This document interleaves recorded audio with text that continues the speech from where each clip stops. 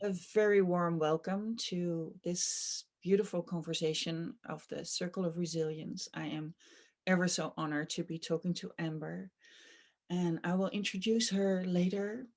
But first, we take a moment to land in ourselves, to land with our breath. And I always love to, take a moment to feel my hands come together. At this moment, it's in the evening in the Netherlands, and I have been working with my hands the whole day, writing, making felt, cooking. And so they need a little love and care. Just me honoring these hands that create, the hands that can love. And then I speed it up a little to feel the energy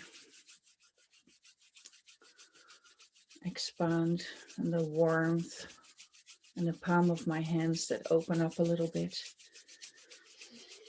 And it's like I'm collecting more and more love. Yeah. And then I bring that love to my body, wherever they're called to go.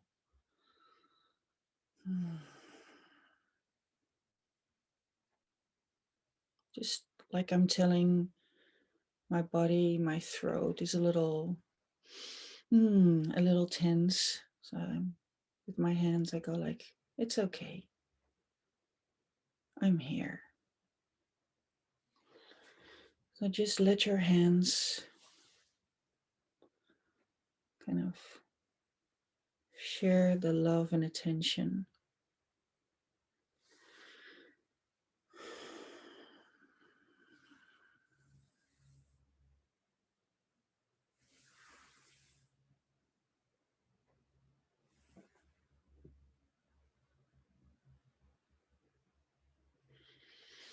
And then you put one hand on your belly, on your womb space, and one hand on your heart. And then we take a moment to do 3 breaths together.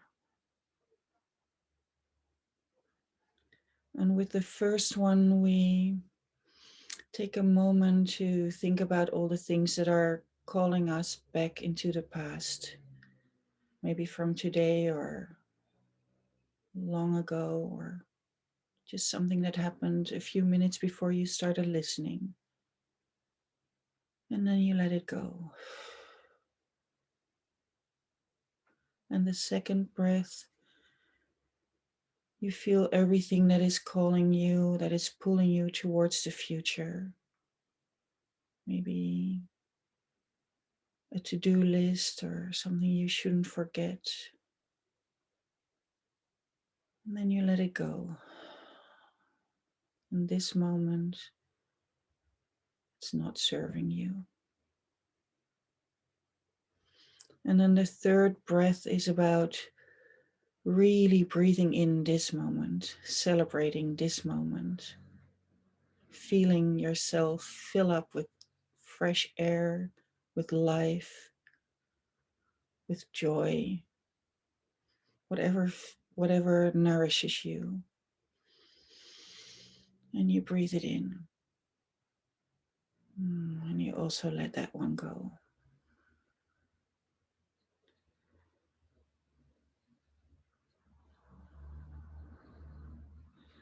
So I invite you, while you are listening to our conversation, while you have a tea with us, to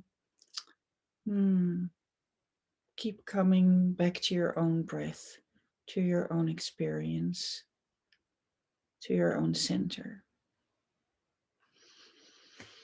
And then you can slowly open your eyes. And I will light a candle.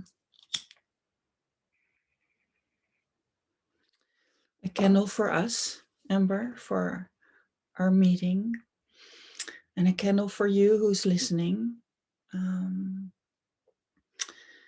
for taking the time to be with us, for for honoring yourself in this longing, And it's also a candle for all the people all around the world that are um, that are, you know, mm, taking steps to be the change they want to see in the world, to be the love they want to see in the world, to make changes, make an effort to be authentic, to be true, to be open, and to be creative. So that's the light. Hmm. Yeah, and then our guest today, my guest, and therefore your guest, is Amber. I'm not even going to try to pronounce your last name. Uh, but you have a special place in my heart. It's only last year around this time that I came to Hawaii to be at your retreat. And actually, a few months before that, I had found the online retreat, and it touched me. It opened something up in me. It just, like, I felt something blooming that I thought wasn't there. And then yeah, also through your generosity, I was able to join the retreat. And I don't know. I painted my lady, and it was the first painting I ever did that felt good. And she's still on my like on my fireplace on top. And she's there in the living room, part of my life, part of my everyday life, reminding me that, yeah, I do want to listen, and I do want to, embrace this divine feminine. And yeah, so there are actually not enough words to describe how grateful I am for that. And so I love having this talk with you. And yeah, beautiful. I'm really happy that more people get to see you. Me Yeah. too. Thank you so much for the invitation. And I just feel so yummy already, like breathing and like you just really create such delicious space. Um, yeah, to really settle in. So I appreciate you. And yes, your creations are overflowing. I like every time when you're posting in the group, I'm like, oh my gosh, so amazing. What's birthing and what's coming and coming and coming and coming and coming. You're just allowing flow, so much flow. And it's really beautiful to see. Yeah. Yeah. Thank you. Thank you. Yeah, and the reason I wanted to invite you for this talk about resilience is because I know that you've, a lot of things happened in your life as well, that were challenging, that were not like a clear cut, okay, that's the way to go. And I love how you open up about that, and how you're really um, like how you like in a very true way describe it or share it, or I don't know. So there's not a layer of um, you don't have to hide anything about that process, and I think Mhm. it's really beautiful. So I would like you to, yeah, see if you want to share something about that, how that works for you, and yeah. Yeah, yeah, thank you for seeing that. It's not easy to share the messy parts of ourselves, or the things that don't go well. It's who knows what people will think or say or, but um what I find is that's where the real connection comes, right? It's not from like the accolades or the things. It's like we find our connections in the parts that aren't working. And just like everyone, because every single all of us move through it in some way. um I've had my share of things that have, yeah, thrown me on my butt, like really knocked me down. And um I'd say, like, when I look at the thread of those pieces, it's like So just like when we look back, when any of us look back, we're like, oh, I see how that connected. Like when we're in the moment, we can't see those connections, but later we can look back and see them. So Mm, I'd say, one of the hardest pieces for me is when I was 13, my mom passed. And that she was like my best friend. She was my best friend. We looked a lot alike. We did the same things together. People always said like I was her mini person. We did everything together. And mhm, so when she left, I felt alone, right? I felt like I'd lost my best friend, um, and I really withdrew. I went inward, and at that same time, like I really started longing for connection and longing for sisterhood and longing for women because my dad and my brother were there, but they're not girls. They don't do the same things we do, and so that really started putting me on the path of connecting with women. And I've lost baby to miscarriage. We've lost homes to foreclosure. There are all sorts of things that have happened that haven't worked out well. And what I love what you're talking about is this place of like when we have those moments, because we all do, like how do we get back up again? Like what helps us like move forward and move ahead. And at different times it's different things, but for me it always comes back to spirit. It always comes back to like my connection with something bigger than me, because in those moments, in my darkest moments, like I don't have it anymore. Like that spark, that thing, that fire, like it's not there. Like it's mashed. So it's like what can I grab onto? What can inspire me? And most times it's spirit, like me handing stuff over and being like, okay, this is too painful for me, or I don't know what to do with this, or I give up. I give it all over. And that's when the miracles happen, are in those moments. mm. Yeah. Yeah, I love that because it's like it you don't go past the raw things. It's not like a spiritual bypass. It's like, oh, it's this is the way it's supposed to be. No, it hurts and it hurts and and you just don't know. And then you go like, okay, you know, I Yeah. surrender or I give over or yeah. I think what you're saying is really important, Enrique. It's this piece around our body, like feeling it, right? When you're talking about spiritually bypassing, it's like we get in our heads about it. Like I remember after mom passed, everyone's like, I had some people tell me, oh, it'll all work out in the good, or I'm just like in my head, I don't know if I'm allowed to cuss, but I was like, screw you people. I was like, so I'm like, because I was in so much pain, at that point. And there's something about the really feeling it. Like when we can not hurting people with our pain, but like when we can really allow it, like Mm, that's where space happens. And if we don't allow it, then what happens is we stuff it. And this is actually what happened after mom passed. Is like I didn't cry for like 5-10 years. Like I just mm, stuffed all my emotions. Like I was going to be strong. I was going to like that in my mind. That's what I thought resilience looked like, right? I'm mm, gonna be strong. I'm going to hold it together. No one's going to see me crack, you know? Um, yeah, but that's just bullshit. That doesn't work.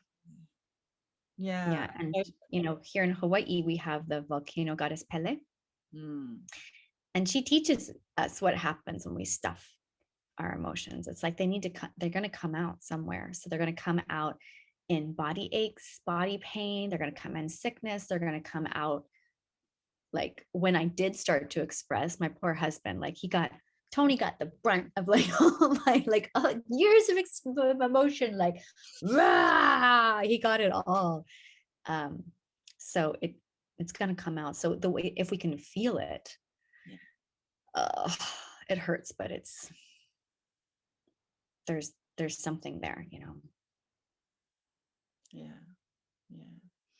Yeah, I recognize when the father of my kids passed away, and it was like in a way it was almost unbearable, It was like, and it was so sudden, and it was like shock, and everyone. Um, but we talked about it a lot, and we kind of, we actually, I think, as a family, we did it really well.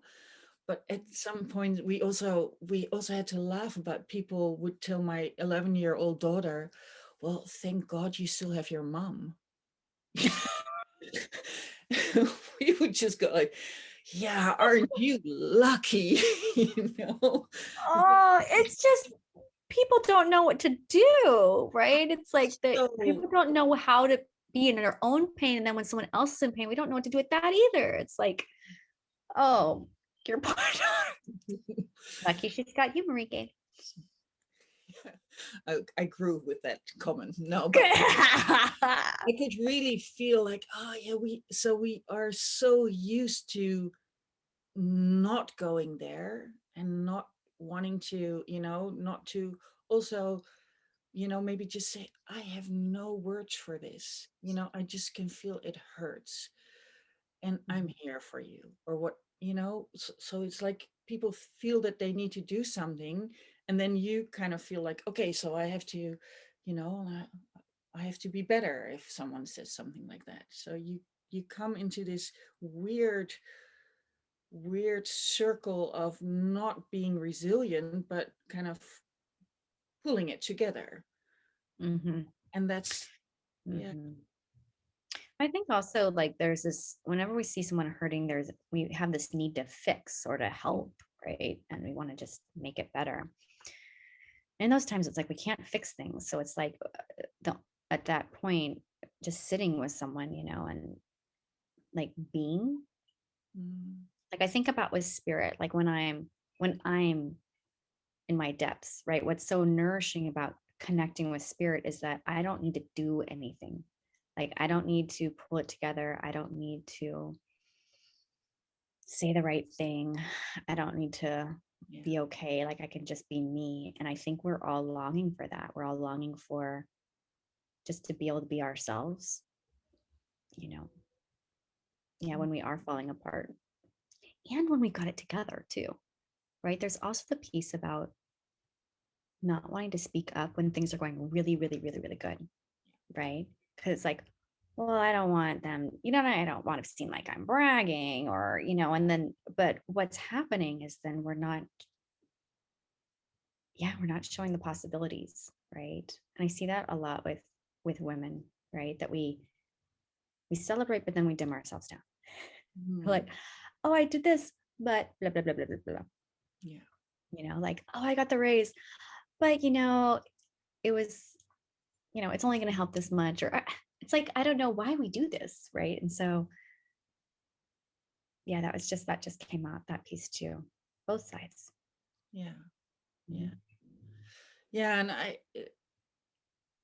I think why we wanted to do this circle of resilience, and we wanted to talk to women was because, yeah, there's also a lot of healing possibilities, this time where everything is going different than we thought it was going to be. And I know that, at least in the Netherlands, it's not clear how and when, and everything is unclear. But it also opens up this possibility to have real conversations, and to kind of shed those masks of, oh, I play small, or I don't show my hurt, or whatever we put on. It Mhm. also opens up the possibility to really connect on that, and I think women are, I mean, I love the work that you do with women, because I do feel that the feminine, or the whatever you want to call it, is so needed, because we dare to say, but I don't know. Hmm. Yeah, I think that's definitely one of our superpowers if we can like get into that point out of the I've got it all together, right? Space. And if we can say, I don't know, um, I think it's been really humbling for me, like this. the cycle that we're in right now. We'll call this a cycle. We're in a cycle. Um, that because, I'm working from home and my kids, are schooling, but they're, online schooling and it's virtual. And like one of my sons is failing his classes and the other one is like, um, he's good, but it's like, I have these, in my head, I'm like, okay, this is falling apart, right? So like as women, we like make sure that everything's all like that's kind of what we do is make sure all the pieces are floating. And I'm really confronted by, well, this is not working right now. And so that's part of it too, is it's noticing the pieces that haven't been working, Mm, right? Or um an invitation to be able to be like, yeah, I don't have it together. I need help, can't do this on my own. Like, what a gift to be able to come to community, right? And to friendship and to sisterhood and to spirit, right? That, like, I really believe that we're created to be interwoven, like I think of your felting, mm, we're made for all our fibers to be like this, um, helping each other and supporting one another, not necessarily in the place of close quarters, right? That's not what I'm talking about. But I think some of us have that going on right now. But yeah, this place of really, it's almost like taking each other's weight, right? Like it's like I think about like my boys are super into weightlifting, mhm, and it's almost like taking off someone else's weight. But it's different though too, because it's like someone else's weight sometimes isn't as heavy, right, as our own. So there's just this piece about like being able to move back and forth to be able to lighten the load, to help one another. I think of, what it would be like, what used to be like to be in community, to be like to sit around the circle with sisters, like cooking your meals and having someone else watch your kid besides just you running around. And um, so I think that there's like this longing and this opening for that right now too, you know. mm. Yeah, one of my favorite sayings that Marcella, who I co-hosted with, and I always say is like, "We rise by lifting others," and it's so. I can always feel, oh yeah, it's so true, because doing that um, kind of opens a space that I will be lifted up by others as well. So it's like this really, and whenever you do it, whenever you come together, and so it's so natural. It's kind of like, yeah, my cells know this. My fiber, the fiber of me knows this. Mm. It's not an unfamiliar territory. It is like, We're meant to be in sisterhood. We're meant to be supporting and loving and caring and listening and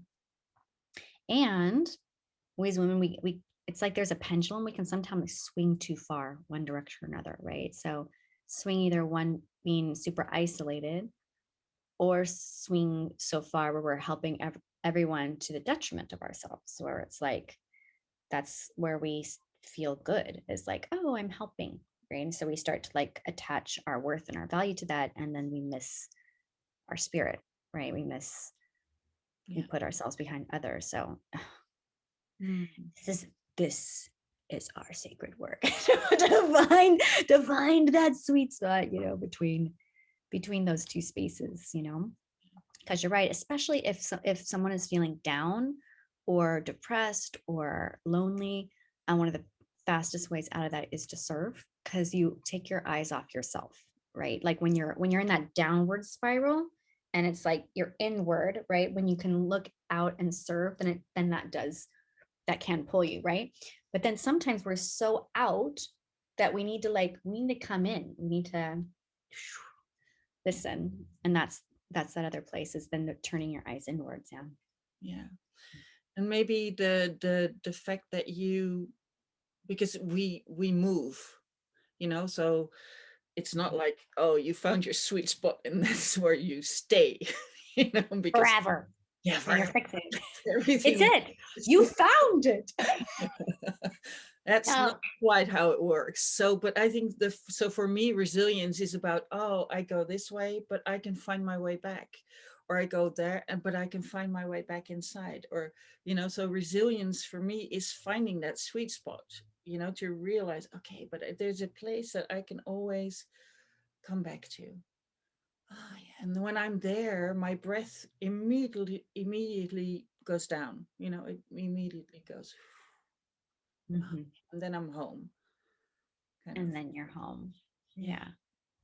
It's Yeah. interesting because we some of the work we do is with archetypes, right? So thinking about when we're not in resilience, it's like we think about we sometimes end up like our internal side of ourselves is like our little girl, Mm. who's wanting to be needed or wanting to be loved or or maybe it's like our bratty teenager who's like, screw all this stuff. Like I hate, I hate you all, right? But whatever, wherever we're at, like on that spectrum.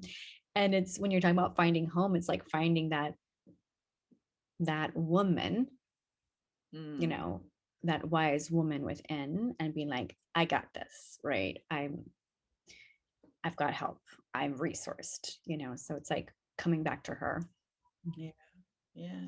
And so much of what you do, is what I love is that you are so sometimes the words for me are hard in English, but they you feel so um uh, like you realize that the power of your words are pulling the future towards you. So you're using exactly the words that are opening up that emerging future. It's like, so the way we speak and the way we, if you say, oh, I have resources, it's like immediately there's this source, and I can resource, and it kind of brings you in. Mm. Well, as you think, there's help or whatever, it feels different straight away. It really does. It Yeah. really does.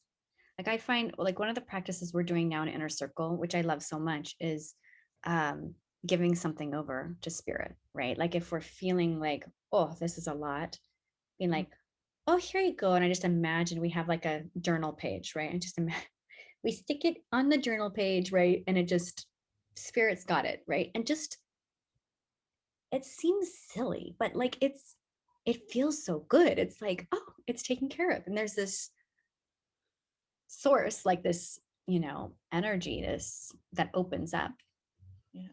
you know. Yeah. Yeah. I experience that one is that I'm letting it go like this rather than letting it go like that. Mm. So I'm not dropping it, but I'm kind of letting it go, you know? Oh, that's such a beautiful distinction there, Marike. The letting it go, like I can't handle it. I'm just like, it's like, or things are falling apart, like that's a very different than here you go. Yeah. Yeah, that's beautiful. I love that. I like that. Think about Yeah. All right. mm. Well, one of the things that I've of course started, what I said in the beginning, is that the creativity and the power of creativity connected with your soul is one of the beautiful gifts that you give to the world. And yeah, so if there's yeah, maybe if there's something else you want to say about resilience, we can take some moment for that. But otherwise, you can take us with you on a little journey or a little A little practice, journey. whatever. Yeah. No, I think for the bottom line around resilience for me is it's always about more than me, Mm, right? That it's about like I'm not dependent on myself. Like I'm not relying 100% on myself. That there's resilience comes from this strength that isn't necessarily mine, mm, right? So I my ways of connecting with spirit, is I feel resilience through the land, right? mm, Outside is huge for me to feel, and that bolsters me. I feel resilience connecting to my ancestors, Yeah. to those that have gone before me and who are on the other side waiting, helping. Um, Resilience connecting to angels or guides or the unseen armies of helpers and imagining them caring. Um, Mm, and resilience also comes from those that spirit puts in my path, right? And keeping my eyes open to them, to my mm, friends, to my family, to my kids, to my husband, to also teachers or guides or coaches or authors or thought leaders or people who help me look at things differently, mm, right? So I think of all these different spaces that spirit helps me find my resilience. Yeah, mm. it's not just me. Yeah. Wow. And then resilience becomes also this really rich, because you were saying, and I kept feeling, oh, it's growing. It's like, it's There's so fun. many. There's so much. Yeah. No, so then resilience is never about, then it's never about lack. It's always about abundance. Mhm, Hmm. Yeah, mhm. beautiful. Yeah, well, do you want to go on a, let's see here. I think I could take you on a little journey, a Mhm. little a little journey and with a little bit of creativity to help activate some of this what we're talking about. How does that sound? Yeah. We're just gonna go for it. Yeah. We're going where spirit's leading. Okay. So we don't know what we're doing. We're just going there. Okay. Perfect. All right. So I invite you with me if you're able to close your eyes and take a few breaths in and out. In and out. And we're going to go on a journey. And I invite you to, as I'm speaking, you might see pictures, you might hear sounds, you might not see or hear anything, and you might just instead have a knowing. So I invite you in whatever way you hear spirit or listen to be open to that today, to be open to growing your resilience. So imagining that there is a giant spiral staircase that goes all the way down into your body. And you start at the very top of the stairs at the top of your head, and you start walking down these stairs step by step, listening to the sounds of your feet. And with each step that you take from your head down into your body, you start to let go of any thoughts, worries, judgments, distractions. You start to feel lighter and lighter as you walk down into your body. And as you walk down this staircase, you move down past your head, past your throat,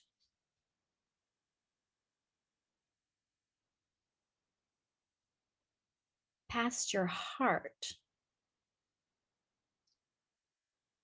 coming all the way down to the center of your being, what the Hawaiians we call your na'o,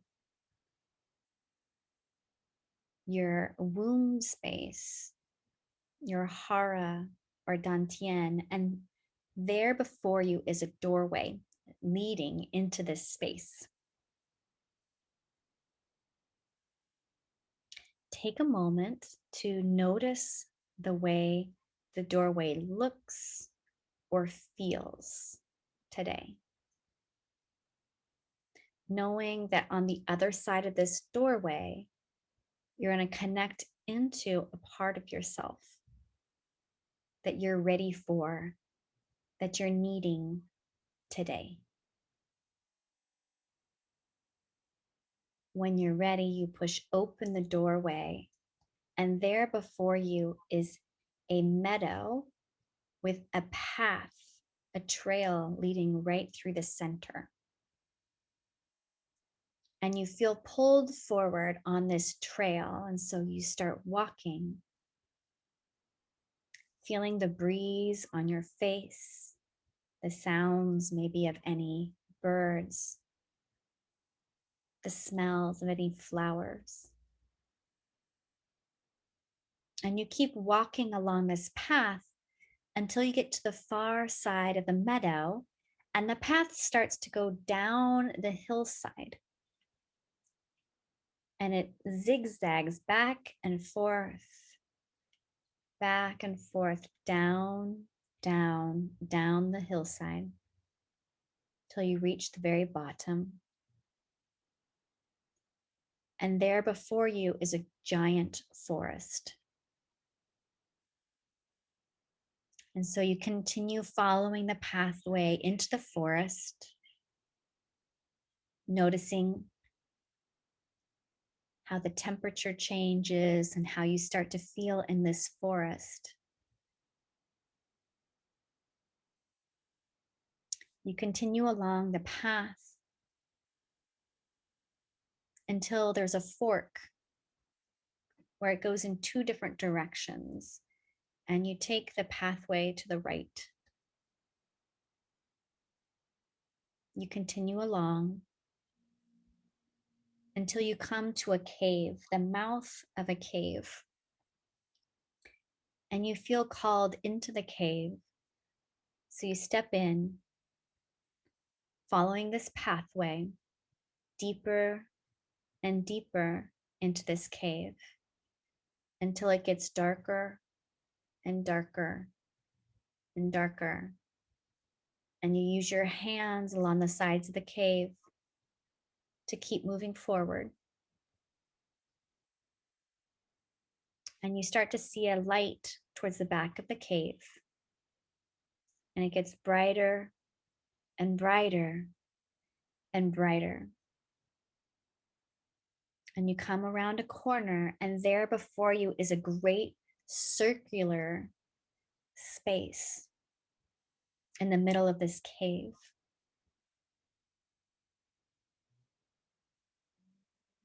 And in the center of this space is someone waiting for you. The person feels familiar. And you recognize in your heart, in your soul, that this is your wise self. They invite you over. And so you stand in front of one another. And your wise one welcomes you and says, "It is time to remember."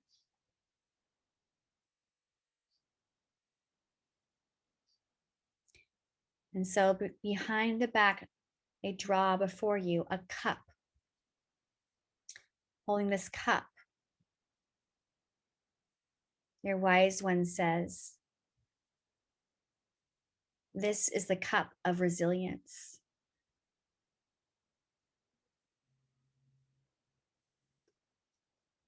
This cup can be filled over and over and over again. She hands you the cup and invites you to drink. And you drink and drink, and notice as you do, that liquid pouring into your body and sparkling and waking up and healing and nourishing the parts of you that are feeling tender or tired.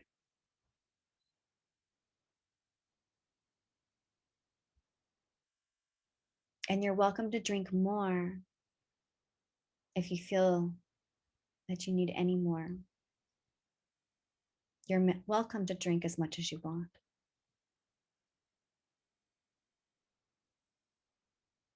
And so you drink until you're full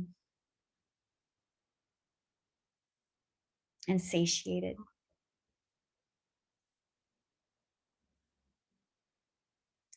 And your wise one invites you to share what's been happening with you, any concerns or worries, things that are heavy on your heart,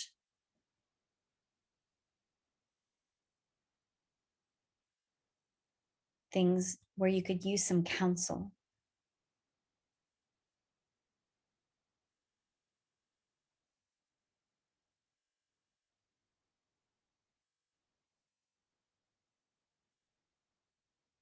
And you listen to her wisdom, grateful.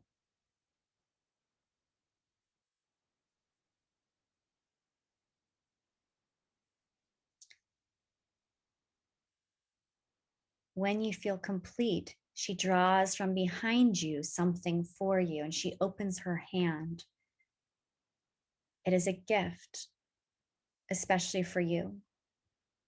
She says, "This is to help you remember."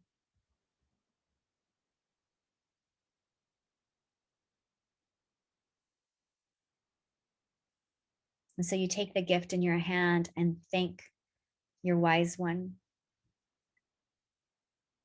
I'm always here to listen, to guide.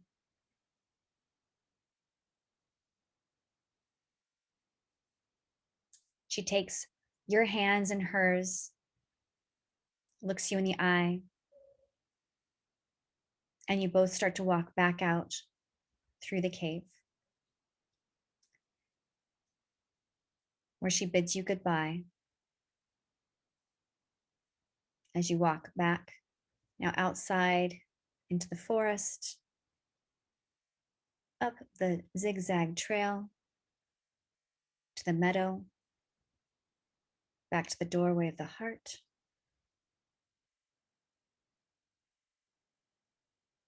back to the doorway of your na'o, at center space of your body. And when you're ready, walking through the doorway, walking back up that spiral staircase, coming back. With each step you're taking, becoming more present to this moment, being here, listening to this moment. And when you're ready, opening your eyes. Mm. Welcome back. So I would love to give you a moment to go ahead and sketch or draw anything that your wise one gave to you or said to you. You can use crayons or markers. This isn't about pretty, this is about you and your wisdom. So you can use words or you can use symbols or shapes.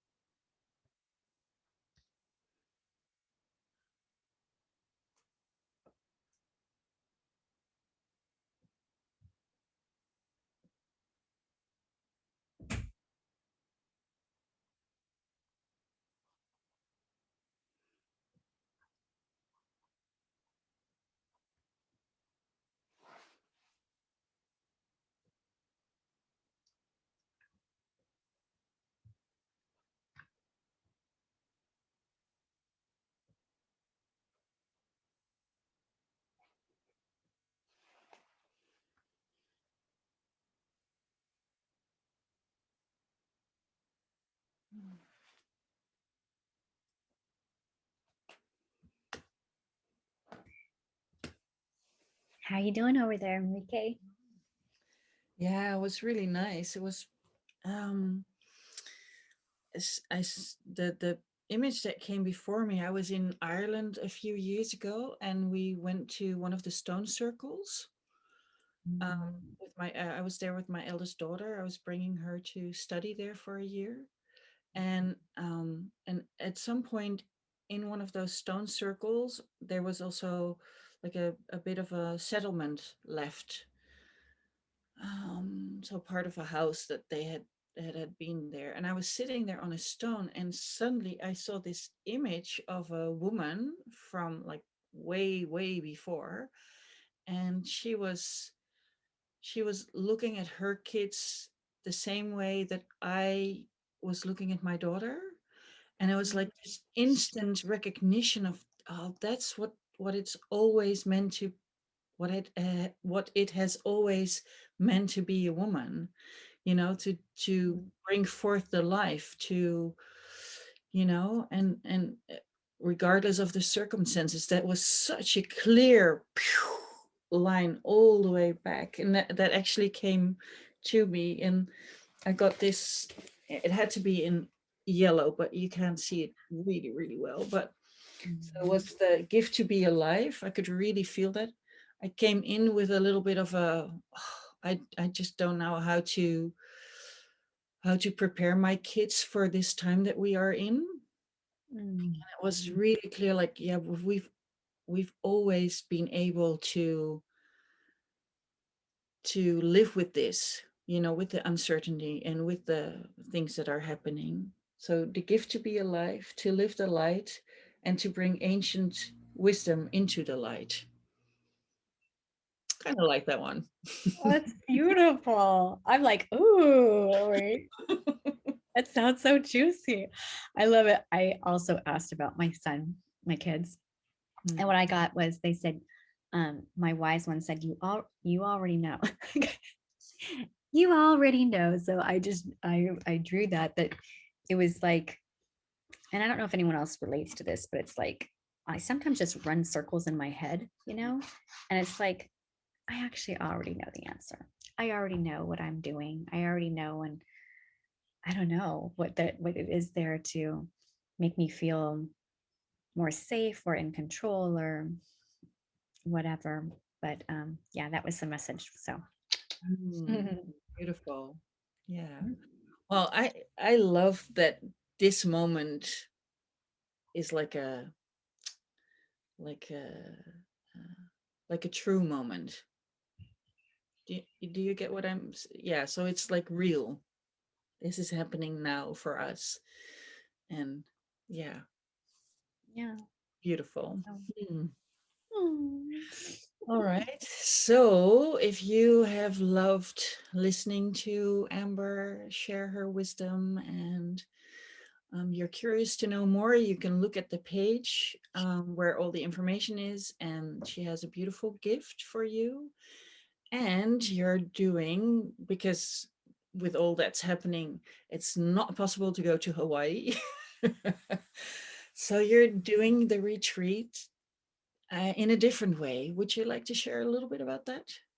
Yeah, I'm happy to. So first, let me just briefly tell a little bit about the free gift, right? So this is for anyone because we always with Women Unleashed, we always like to offer make as many possibilities open to everybody, right? So I know that financially there's people are unable to do some things, and so our free gift is it's three energy activations. Okay, so they're creative energy activations, meaning that we tap into a certain energy, yeah, and then we use creativity to activate that energy.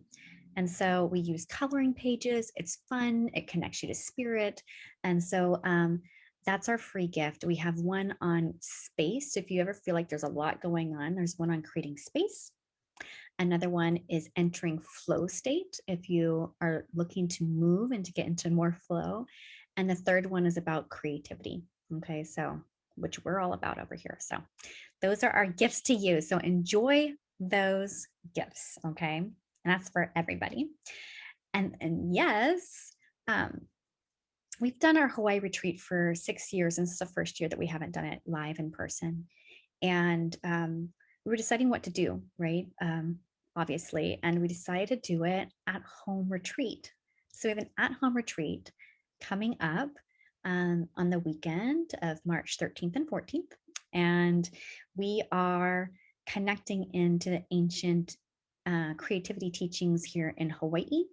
Mm. We will be doing hula. We will be doing a painting, a soul portrait, your creative soul portrait. You have you need no painting experience at all. Marike can speak to that. Um, and in years past, ticket prices obviously to come out to Hawaii are, you have airfare and lodging and all the things, and tickets have normally been anywhere from 500 to $1,000, and we're like really wanting to do something really generous, really generous right now. And so we are inviting to our retreat for $88. So Mm. anyone can come. We tell you materials to bring. We're going to have hula. We're going to have Hawaiian music. We're going to have you get like coconut water and wear smelly, like, we have you do all sorts of things to bring Hawaii to your home and to really awaken your creative spirit. So that's over the weekend. And then we have some bonus days afterwards to keep you in creativity, because what happens most times that people come to retreat and then life, we get it back into life. And so we have, for the next 5 days afterwards, we're going to like meet every morning and your evening, actually, if you're in the Netherlands, and create. So we would love for you to come hang out with us. Yeah. Yeah, I'm gonna bring my sarong. Oh The yeah, your sarong, your pareo. Mm-hmm. I have that still, so gonna be Yeah, in. you're welcome to bring any Hawaiian attire you have. You can wear your swimsuit if you want. I know it's cold over there, but if you really want to get into it, into the vibe, then Yeah. Yeah, and that's what I really love. Really, you create a space where everyone is welcome to come as they are. So yeah. mm-hmm. Yep. Yeah. No, we love all the bits and places. All of you, all of you, all of you is welcome. Yeah. Mhm. Mm. Thank Well, you. so much. Beautiful. And yeah, I'll see you in our next inner circle meeting. And for Yeah. whoever's been watching, I hope you enjoyed it. And yeah, go and explore that space inside and the bigger field. And yeah, just feel how it can nourish. It can nourish and fill you up. Yeah.